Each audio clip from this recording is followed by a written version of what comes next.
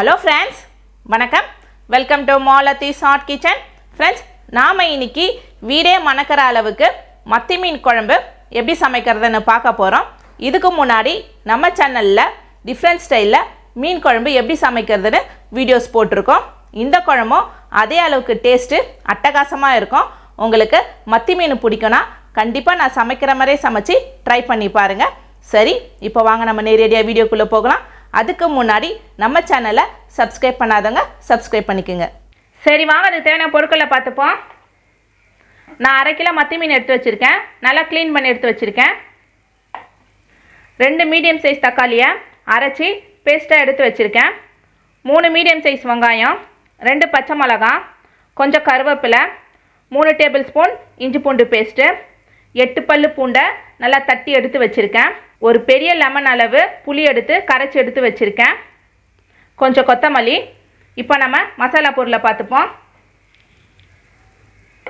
1/2 table spoon red chilli powder, 2 table spoon மல்லித்தூள், 2 table spoon Kashmiri chilli powder. நான் கலருக்காக use பண்ணுறேன், காரம் கம்மியாக இருக்கும்.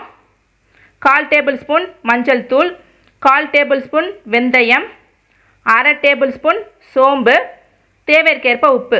இப்போ வாங்க நம்ம சமைக்க ஆரம்பிச்சிடலாம். ஸ்டவ் பற்ற வச்சாச்சு, பாத்திரமும் வச்சாச்சு. பாத்திரம் சூடாகட்டும். ஒரு 6 டேபிள் ஸ்பூன் எண்ணெய் சேர்த்துக்குங்க. எண்ணெய் சூடாகட்டும். எண்ணெய் சூடாயிடுச்சு. சோம்பு சேர்த்துப்போம், வெந்தயம் சேர்த்துப்போம். இது கூடவே தட்டி வச்ச பூண்டை சேர்த்துப்போம்.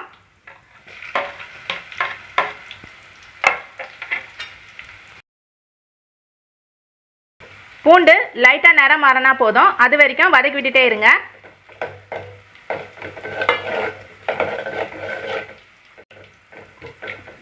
பாருங்க, பூண்டு நிறம் மாறிடுச்சு. இந்த அளவுக்கு போதும். இப்போ நம்ம வெங்காயத்தை சேர்த்துப்போம்.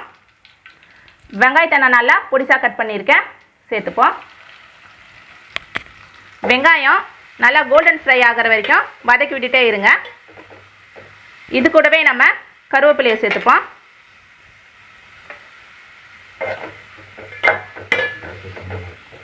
கேஸை சிம்மில் வச்சுட்டு வதக்கி விடுங்க, இல்லைன்னா வெங்காயம்லாம் கருகிடும்.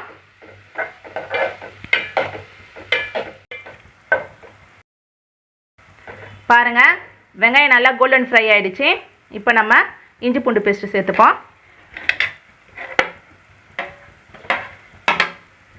இஞ்சி பூண்டு பேஸ்ட்டு நல்லா பச்சை வாடை போகிற வரைக்கும் வதக்கி விட்டுட்டே இருங்க. கேஸை சிம்மில் வச்சுட்டே வதக்குங்க, இல்லைன்னா பேஸ்ட் அடி பிடிச்சிடும்.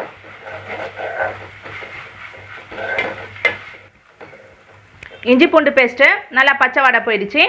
இப்போ நம்ம மசாலா பொருளை சேர்த்துப்போம். மஞ்சள் தூள், காஷ்மீரி தூள்,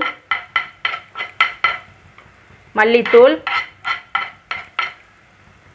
சில்லி பவுடர், தேவைக்கேற்ப உப்பு.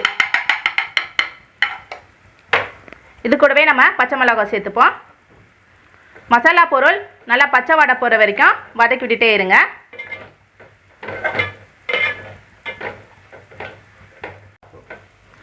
மசாலா பொருள் நல்லா பச்சை வாடை போயிடுச்சு. இப்போ நம்ம அரைச்சி வச்ச தக்காளி பேஸ்ட்டை சேர்த்துப்போம். தக்காளி பேஸ்ட்டு நல்லா பச்சை வாடை போகிற வரைக்கும் வதக்கி விட்டுட்டே இருங்க. நீங்கள் வதக்க வதக்க நல்லா திக்காக ஒரு தொக்கு மாதிரி ஆகும். தக்காளி பேஸ்ட்டு நல்லா பச்சை வாடை போயிடுச்சு. பாருங்கள், நான் சொன்ன மாதிரியே நல்லா தொக்கு மாதிரி ஆயிடுச்சு. இப்போ நம்ம எடுத்து வச்ச புளி தண்ணியை சேர்த்துப்போம். கலந்து விட்டுப்போம்.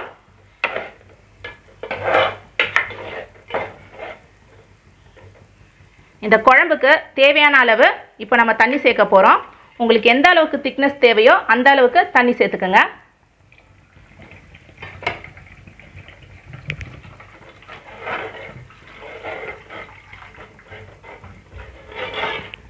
இந்த அளவுக்கு தண்ணி போதும். கேஸ் ஹை ஃப்ளேமில் வச்சுடுவோம். இந்த குழம்பு கொதித்து வர ஒரு 5 நிமிஷம் ஆகும். நல்லா கொதித்து வந்த பிறகு நம்ம மீனை சேர்த்துப்போம். பாருங்கள் குழம்பு நல்லா கொதிக்குது. இப்போ நம்ம கேஸை சிம்மில் வச்சுடுவோம். இப்போ நம்ம க்ளீன் பண்ணி எடுத்து வச்ச மீனை சேர்த்துப்போம். ஒவ்வொரு மீனாக சேருங்க.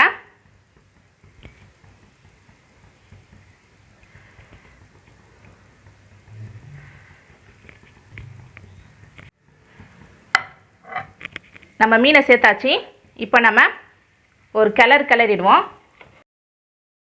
ரொம்ப கிளறாதீங்க, மீனெல்லாம் உடஞ்சி வந்துடும். இந்த மாதிரி லைட்டாக கிளறி விடுங்க.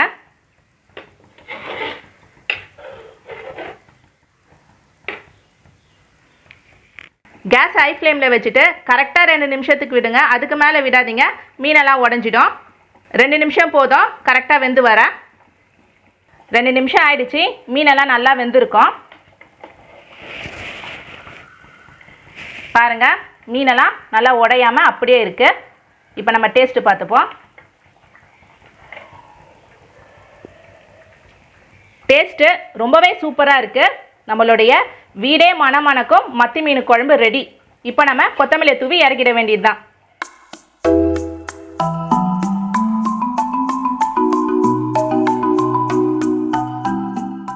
ஃப்ரெண்ட்ஸ், நாம் இன்றைக்கி சமைச்ச மத்தி மீன் குழம்பு வீடே மணக்கிற அளவுக்கு பிரமாதமாக வந்தது.